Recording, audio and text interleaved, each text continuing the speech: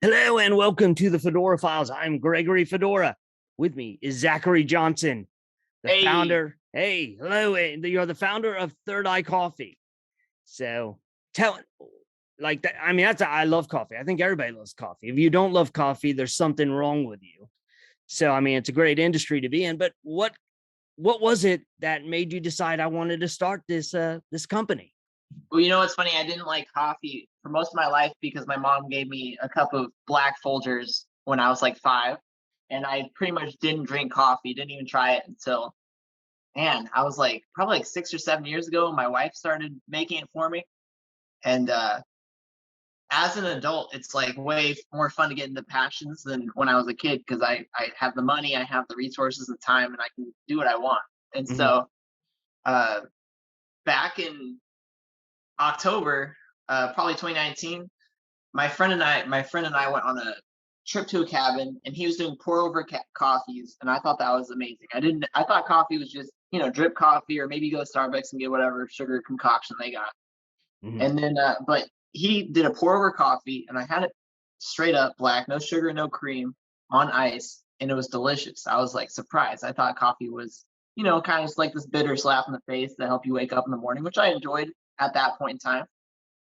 But he used a light roast, Mhm. and there's like light roast, medium roast, dark roast, and the light roast tasted good. They didn't burn the coffee. There's like Mhm. flavor notes in it and stuff like that. And I was surprised. It turns out the deeper I dug into this rabbit hole of coffee, it turned out, sorry, there's like more nuance to it. There's like Mhm.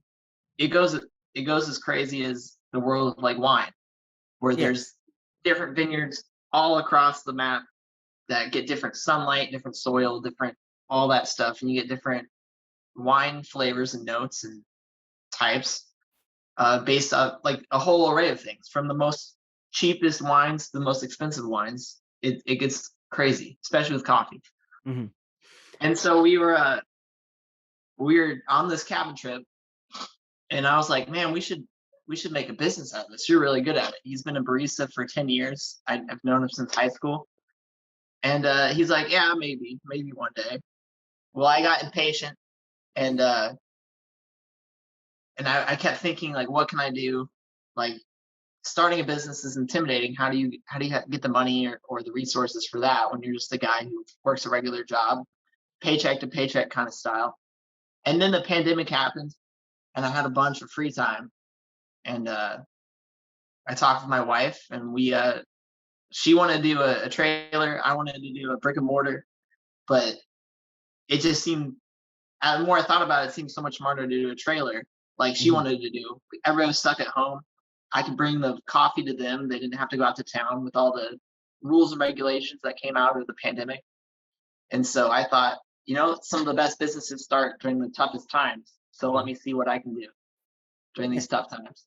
See that's awesome because like you said, you had a regular job, then the pandemic hit, and I've noticed that there's a lot of people doing more things that they didn't think to do, but there's also a lot of people who just got stuck and they're like, oh, I can't do anything.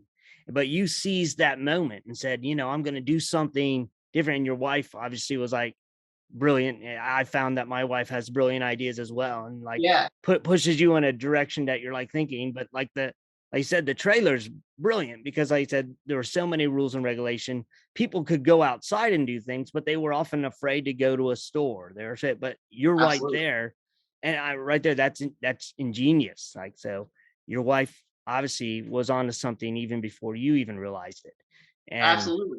and so the name Third Eye Coffee, I've also often been told to view with your third eye, and I guess it's always watching your back and stuff. But where did you come up with the name Third Eye Coffee? What does Well, that mean to you?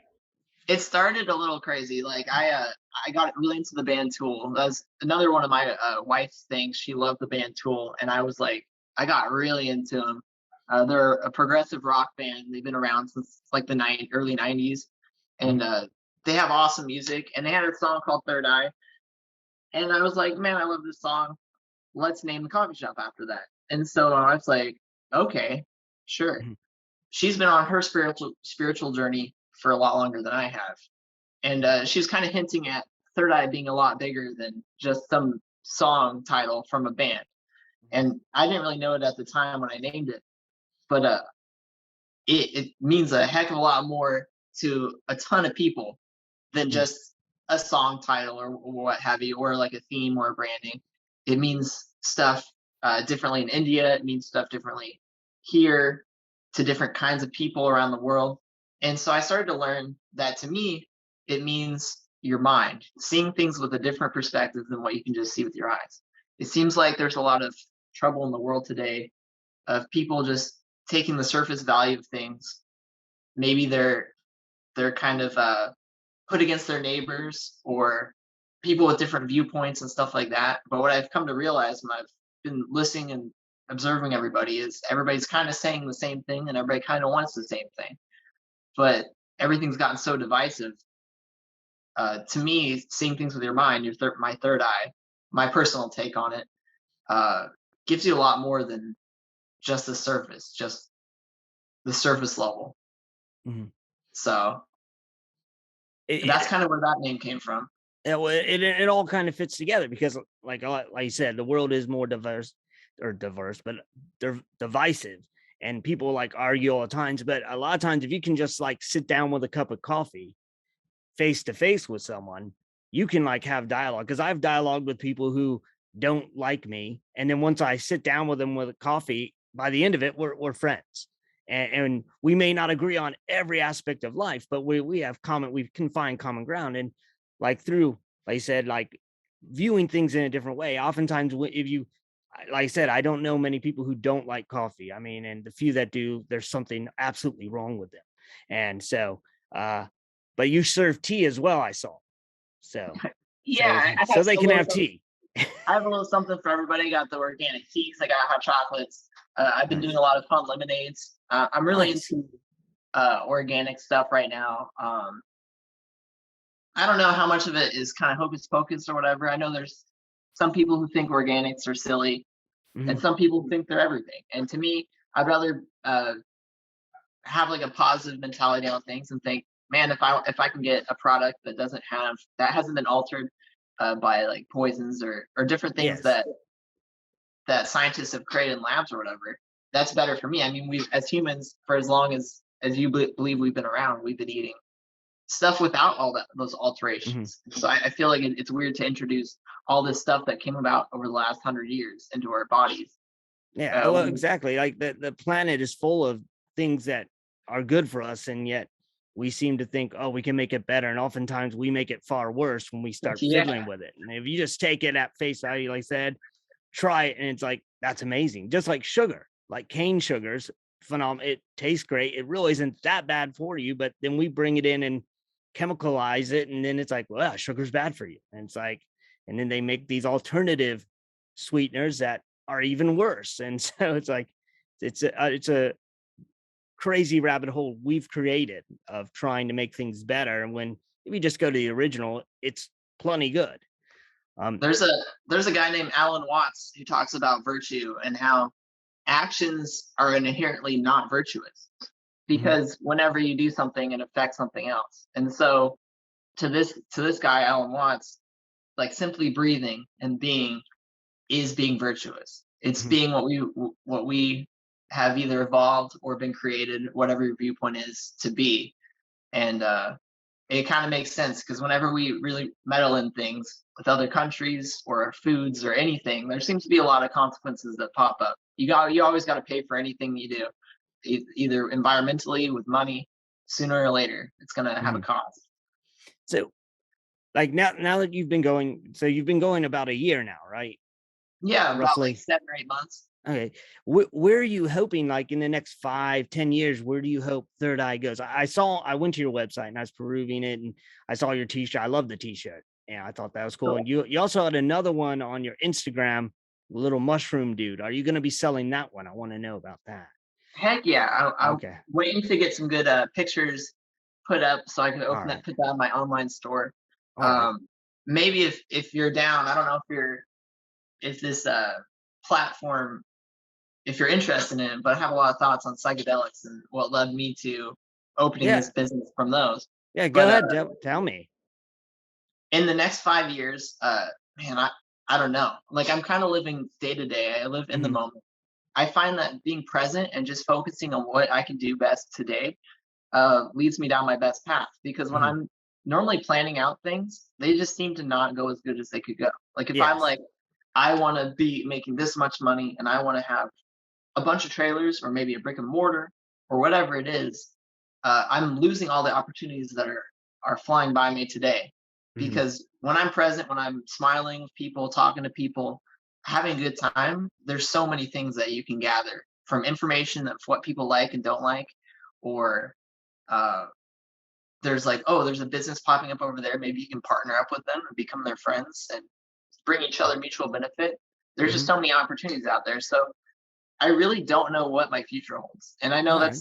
it's a kind of a non-answer, but like that's kind of how I've loved living life over the last few years is just saying, we'll see what happens. Yeah. I'll pounce on the opportunity when I see it. But I'm interested in making more merch. I know a lot of people enjoy my products, like my coffees and stuff like that. So if there's a way I can get that more consistent with the brick and mortar, because Mhm. right now I'm only open on weekends, it'd be Alright. great to give them that stuff like every day of the week. Yes. Um, yeah, if the right opportunity or location pops up, then I'll pounce on it. Nice. So But what's up? oh, go going. But in like back, I'll bring it back. So back in 2018, when my friend and I went to that cabin, we did Mhm. it so that we could do a shroom trip. Mhm. We we weren't satisfied with our lives, and we were looking for recreational ways to just kind of escape, like little Mhm. escapisms, which I've done my whole life from vacations, buying expensive things, moving. I've moved a ton of times in my life, being a military child, being in the military myself. It just seems like every time I had a hard time in life, I would just try to find an escape.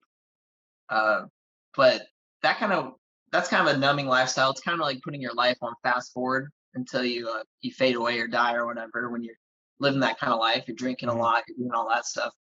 And so here was another one of my escapes. I was like, out for some reason, I really wanted to do shrooms.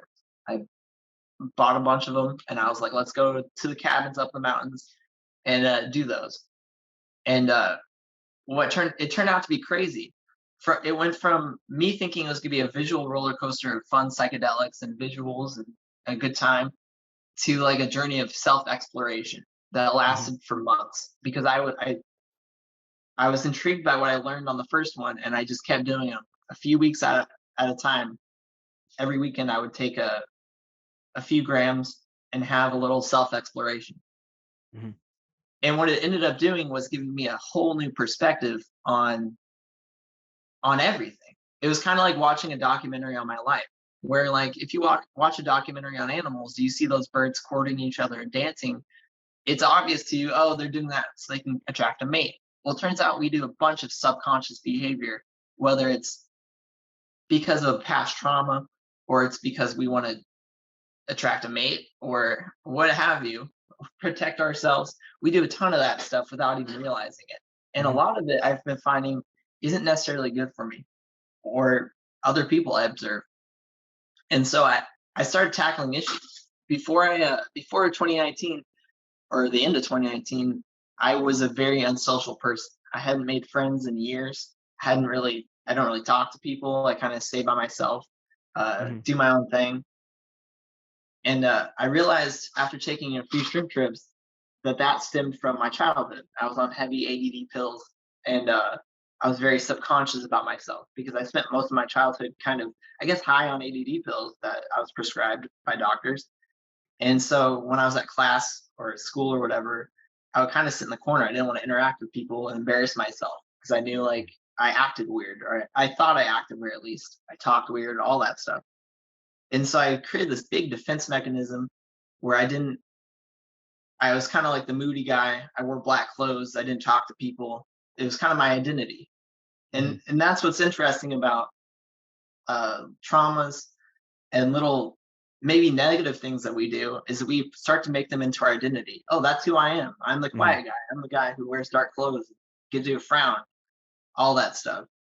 And so I started breaking up all those pieces of my identity and my traumas, stripping away almost everything until I was just kind of a floating conscience, if that makes sense. I didn't have any desire to show anybody my identity anymore. I didn't have any fears of talking to strangers or what will people think of me, because I started to realize all the other people have the same thing going on. They're always worried about, oh, what does that person think of me? Like how I look or how I talk, what my thoughts are. Mhm. A lot of people are afraid of other people's opinions and perceptions of them. I stopped being afraid of all that stuff. Like I realized everybody's so focused on themselves. Why would I worry about being focused on myself? And it really opened up my whole world. I started making friends. I started having creative ideas. I started being creative. I realized I'd stifled like art and painting and drawing and music and photography, which I really got into. Like I didn't do any of that stuff. Um, I don't know if it was some part of my childhood that kind of stifled it or whatever, but I started exploring that, and it all came together to create this business. And Mhm. it was kind of an amazing journey. That oh, I that well, it's kind of funny. It's crazy that, like you said, you when you were younger, you were very self-absorbed, like kind of fearful of being out there. And then now you're running a coffee business where you obviously have to interact with lots of people daily when you're serving. You can't just hide in a corner and say here. You have to the people like to talk. And right now you're talking to me, it's like we just literally met and you're very open. And I I have issues with the ADHD pills and that whole thing. Like I have kids, and I'm sure that one or two of them would technically should be on their medication that the doctor. But it's like a lot of times these doctors they give you a fix, they don't give you a cure, and it's there's a to me there's a difference. Like I don't think pilling up children is the answer. I think it's find out what it is that is causing the child to do this, and then it may just be that they want to explore and be something, and we should, I think, nurture that in a way and instead of stifling it. I think a lot of times doctors are just like, oh, they're probably driving you crazy, here, give them this. and and teachers do the same thing. Nothing against teachers, my wife's the teacher, but she's talked about too where oftentimes, like, and she doesn't do it, but teachers will be like, oh, your son or daughter needs to go get some medication. But oftentimes I think it's you just need to interact with the child, and they just want to have a connection. And like I said, Absolutely. The school system is kind of designed for streamlined. Everybody gets the same education. Everybody needs to behave the same way and pass the same test. And that's kind of like the round hole. But there's a lot of mhm. square pegs out there that don't Oh fit yes. through that thing. And I used to be like just like my parents would kind of say, like, you need to get your good grades and you need to conform to society so you can get a job and make money. And there's good parts of that, but I've been finding that we don't need that. We don't need Mhm. to produce a bunch of employees anymore. Like, or maybe we never had to. It seems like we've kind of been designed in this path where you go to school and then you become somebody's employee, you bring somebody else a lot of wealth, and then you get a little bit of wealth in return yourself, and that's kind of like everybody's life. But there's so many different options for life, Mhm. and maybe for the children that don't quite fit the parameters of the school system or maybe society, maybe homeschooling or an alternative schooling might be great for them. Mhm. Maybe there's some sort of wilderness program that would prepare them for something cool. Like maybe they want to go in the military, but they need a little bit uh, different upbringing to get there. Yes. Maybe they don't want to do any of that. Maybe they just want to make music. I think it's all okay. It's scary. I know that because as a parent, I have my first baby on the way. I'm excited. Oh, congratulations. Thank you very much. As a parent, I know you want your child to have success, be able to provide for themselves and take care of themselves. And society's really set up in kind of a rigid structure that you need to have certain, like a high school diploma, maybe you need to have perhaps a further education or a little employment track record, and you kind of have to fit these narrow parameters to do that. And so Mhm. there's a lot of kids who are at a disadvantage because that's just not how their brain works. That's just not what interests them. And it turns out for me personally with ADD, like what interests me is really what I latch onto and learn. Mhm. Like I could be an expert at something and then have like almost an inability to learn something else. But what's interesting about that is I think you can also work on ADD brains, if that Mhm. makes sense. I think everything in life is a skill that you can practice. So if you have a ton of trouble focusing on things, it's like a skill that you can practice and get better and Yeah. better at. But it's gonna take time, and maybe drugs might not be the right way to approach that. Yeah, it's a discipline, and like I said, I have kids, and each of my children are vastly different, and so working with one, I can say certain things, and I know it'll get done. If I say the exact same thing to this one over here, they're clueless to what I want, so I have to approach them in a different way. And it's not that they need any kind of drugs; it's just they're a different individual. And I think, like you said, the school system is set up like here's the way out, and there's some kids that look at it like this, and so they just it's not the same. And I think we got to get past that, where we got to understand that different people think differently, act differently, and try differently. You've explored that. You did it through psychedelics and shrooms, and then that opened up your mind to realize, hey, I'm not this person I thought I was. And it's great that you finally found that now, but it would have been amazing had you been told you're not this like 20 years ago. And Yeah, then just like, I mean, obviously hindsight in some way, but we shouldn't live with regret, because now you're doing something fabulous with your family, and then now with this business. And I was curious, like, because we have, I mean, been talking about, but if someone was interested in your finding like the merchandise and stuff, what I just do you have a website and Instagram, correct? Do you want to tell that so people can check it out? So absolutely. My website is like www.thirdeye, THIRDEYE.coffee. Instead of .com, it's .coffee. Kind of okay. cool. Yeah, And my Instagram, man, I think it's just Third Eye Coffee. It has like I a think it white and is. black logo. Yeah. Well, Um, I'll put a link on to, yeah, I know your Instagram because I follow you. So cool. I'll put a link on there to that. And that now I was curious. So yeah, you're creating the coffee, and how did you decide, like, because you're telling me the different nuances of the different types of beans. How did you decide where to get the beans from? And it was, or are you going, have you tried different beans that you think are amazing? Is there a type of coffee out there that you've wanted to try? I'm just curious because you're talking about the Sure. different nuances that there are. I've kind of become a coffee snob over the last few years since I first got introduced to pour over coffees. I tried a big array of coffee shops. It became one of my little like passions or hobbies. I went beyond Starbucks and started going to specialty coffee shops and roasters all around kind of Lake Norman area where I live, Hmm. and which is north of Charlotte. And one day I went mountain biking up in Boone off the Rocky Knob Park and had a fantastic morning. I got down there and I saw there was a coffee shop right down the street called Hatchet Coffee Roasters.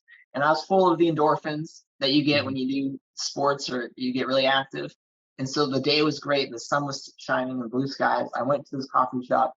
Um, I ordered a cold brew and it was fantastic. It was top quality, my favorite coffee I've ever tried. And I was like, dang, these guys are good. So I made it a point to go back up there a few times when I mountain biked or just like a visit to the mountains on a really hot day down here. Mountains are really nice and cool up there. And so I kept going there. And it was the obvious spot when I started getting this coffee idea. These guys are about 6 years old. They're fantastic small batch roast. Unlike the big corporate chains, they take from individual farms. They call them like single origin farms, or sometimes they'll take a few different blends from different farms, and they'll do like what we were talking about, more higher end, nuanced flavors that are specifically grown in soil types and sun conditions from around the world. And as opposed to maybe a big batch roaster that takes from different farms around the world and then kind of roast them to more of a burnt flavor to get a consistent flavor around the map. These guys are able to just take a small batch from one farm and maximize the flavor. And so what makes these guys special is they really specialize in medium roast, which is a great in between that light roast kind of tea flavors where you get all the flavors, but it's really not that bitter or harsh. And right between the dark roast, which is like a slap in the face, it's what a lot of people enjoy, that really bold roast. They do a medium roast. So you get the flavors, you get that little bit of burnt taste that we all love, or a lot of us love in coffee, and you slap them together and you make the perfect espresso, cold brew, all that stuff. And so they're a little more pricey, but I had to go with them. I had to follow my heart. When I created this business, I said I want to do everything exactly how I would want it. I don't want to cut corners or cheap out here or there. I want everything to be my absolute favorite. And it's nice because I have a coffee shop in my driveway every day now that has Nice. my favorite coffee. So you would say the medium roast is probably your preferred roast as opposed to light or dark, or Yeah, there's like this path that I feel like coffee people go through when they start doing that deep dive into coffee. They start out liking sugar drinks because maybe not a lot of people like coffee the first time they try it. So they put some sugar and cream in there. They get a frappuccino from Starbucks, whatever, what Mhm. have you. And then they start to enjoy the coffee itself. So they get a dark roast, thinking that's the way to go. Bold and dark, that's what we got to do. And then they find out about pour overs and they go light roast, um, and get those like really nice notes. And then I think a lot of people end up in the same spot as me, and they find a medium roast really just hits the whole spectrum of what they Mhm. love about coffee. And so medium roast is definitely my choice. Nice. So I was curious, where have you is there a country or a type of soil that you noticed the beans when you've had them that you're like, wow, these really have an amazing taste? Like in your experience, what have you found there? A- Absolutely. The Guatemalan roast from Hatchett's one of my favorite. It's grown on a volcano. Like we were talking about earlier, it's grown on a volcano, and it has like this dark, almost smoky flavor that comes out. Hmm. But I use it for my cold brew, so it's like you don't get any acidity when you make cold brew. It's a since there's no hot water involved, it keeps it really nice and mellow. It helps people with stomach issues who don't enjoy coffee because they get like acid reflux. And so I'm able to take this Guatemalan roast, fantastic, put it in cold brew, and get this like big array of flavors and smoky like darkness, but without any of the acidity. So that's kind of my go-to drink of the day. But I'd say Guatemala is a great place to get beans from. Okay, that's cool. So, all right, so you have the coffee, you have teas. Now Yeah, I was looking at your website. You had soap as well. Is that now? Do you make that, or are you selling that for someone else? Or I was curious about that. we're taking a approach of like finding different small businesses to partner with. I want to help Okay. them, and I hope they want to help me. And so I've been finding different small businesses to make merch with. And this is a lady in Hickory, who made the Artisan Soapery, Hickory, Hmm. North Carolina. She got in a motorcycle accident a long time ago. She's like a military spouse, and her body was covered in scars and had different pain points. And she found that all the soaps that she could buy from the store were hurting her scars and all that stuff. Hmm. So she made a whole soap company about it with gentle ingredients, and it became like this big award-winning soap company, but still kind of in the small business realm where she makes Hmm. really fun products. And so we teamed up with her. She uh she made two soaps with us, the Awakening soap and the Flirty Chai, named by my wife, soap. And they put our cold brew grounds in them. um the Awakening soap smells like patchouli, kind of this hippie smell. I always say Hmm. if you want to know what we smell like, buy our soap. And then the chai also has our cold brew grounds in them, and it has our very organic chai mix in there as well. It's a really nice flavor. I thought the chai would be more of like a lady flavor, but it actually works great for, not that there's later guy flavors, but I think even the manly guys would like the flirty chai soap too. Oh, nice. So that's really cool that you're bringing all these different people together under the third eye. You're using your third eye to find these different groups and these people and bringing them together. I mean, your story is fascinating. Just like you said, like growing up with ADHD and being solitary, and now here you are expanding this and bringing different groups, talking with these people, and bringing them all together. It's like you've changed over this time, and this whole the third eye and the coffee company is like just branching you out and blossoming you out into more than what you were. And I mean, it's really fascinating, honestly. Yeah, I feel like making friends and relationships is the currency of the future. With Hmm. like the American dollar, um, like kind of being weird, and like I don't know, money in general is kind of weird nowadays with Hmm. how it's controlled and how it fluctuates in value and the cryptocurrencies coming out. I feel like relationships have bring a little bit more value, and so I've been really focusing on creating good relationships with customers, with other businesses, just making friends with everybody. I feel like that's really what's going to make me feel fulfilled and Hmm. successful in the future. Because in the end, um, I would rather get a smile from somebody than a dollar, if that makes sense. Like just like those like fun human interactions, those great experiences that you remember for a lifetime, they're way more valuable to me than Yes. monetary currency.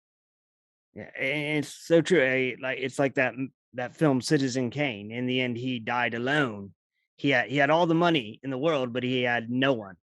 And Yeah, his last words were about a toy.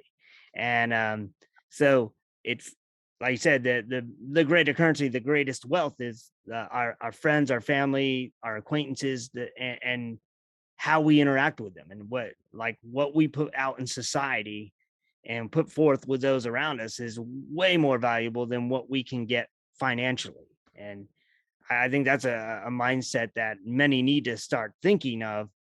And if we don't, it's just, society is going to like drift further into the abyss. And if we're only focused on me and like money, we need to focus on everyone around us, and bettering ourselves by bettering others. And it's super difficult because I feel like we've been raised in a society that really looks at everything through the focal point of money, like mhm, over human life or health or happiness. Money's like of utmost importance. I have a lot of friends that say, I don't care what I do as long as I get that big paycheck. And I'm like, You're just chasing happiness, but the happiness is in you all along." Like, mhm, I know it feels like you need to wait for a certain amount of money in your bank account or hitting that vacation or whatever it is to be happy, but you could be happy today despite of your circumstances. And it's a really hard concept. It takes a lot of mhm, meditation practice and thoughtfulness to get there. But um, really, money, the less you focus on money, the more money I seem to get. I know that mhm, sounds crazy, but the more I focus on living life, being present, making friends, the less I have to worry about money issues. mhm. Yeah, and that's great. I think, like I said, like people when they focus, and I have friends and family who the money was what they focused on, and they're just miserable. Even when they get the next level of what they wanted, it's like it's not enough, because then it's like, well, now I need this, and they're never happy. They're never at that point of happiness when it's like you have far more than a lot of people. You should be ecstatic, but they're always Yeah, focused on the next thing. And as opposed to the now, like you said, you focus on what's going on around you, the people around you right in this instance. And I that's a good lesson for everyone. I hope people who are listening will take that to heart and use their third eye to like focus in on that and focus in on how they can like be happy in the now as opposed to into the then. We got to abso- get past. absolutely. And the pandemic really made a lot of people live with themselves for the first time, because before maybe it was easy. You went to your job, you went out with friends to a bar at night, you didn't have any alone time. But a lot of people were forced to spend time with themselves, and it hurt some people and it brought some people closer to themselves. And Mhm. they had to learn like, oh, I can sit in a room silently by myself and not freak out because Yeah. life's not going the way I thought it would, or whatever's on my mind, whatever worries are on my mind. And that's what it did for me. I'm fortunate enough to have purchased a house in North Carolina before this crazy market explosion, and I have like an acre and a half of land with the trail in my backyard. And so I was able to go meditate, which is a whole new ball game for people with ADD. It takes a lot of effort to get to the point where you can sit still, and you don't even have to clear your mind. Like I found that just focusing on how maybe your toes feel or like how your fingertips feel when you're sitting still, it's kind of like brings you into this meditative state of like peacefulness, and your body gets a big vibration. But anyway, the pandemic really forced people to live with themselves. It forced me to live with myself, and I was able to find out how to be happy without going out and buying something or going out to dinner or getting a big sum of money or whatever happiness hinged on for me before. Mhm. That's fascinating. Well, I know I'm running out of time now, but I loved your story. I hope you would be willing to come back sometime because I'd love to Yeah, talk some more about with you and find out more about what you're doing and where Third Eye is going. You'll it's just been enjoy like the time went by really quickly, eyes, and you're just a fascinating individual. And so, um, thank you for coming on and being willing to be here because I know time is valuable. It's like the one thing we can't get back. So yeah. taking the Although time to be here with me is great. I between appreciate you it. and me, I think we're eternal. But Yes. Well, yes. But you gave me some of your time when you could have been doing something else, like going. absolutely, So I appreciate it. it was So, fun. Let's do it again sometime. oh, definitely. And for those of you listening, please go check out it's Third Eye, www.thirdeye.coffee, correct? And Yes. then also I'll have a link to it below. Go check that out. Check out his Instagram. It's great. It's fascinating stuff. And as always, stay safe and keep searching.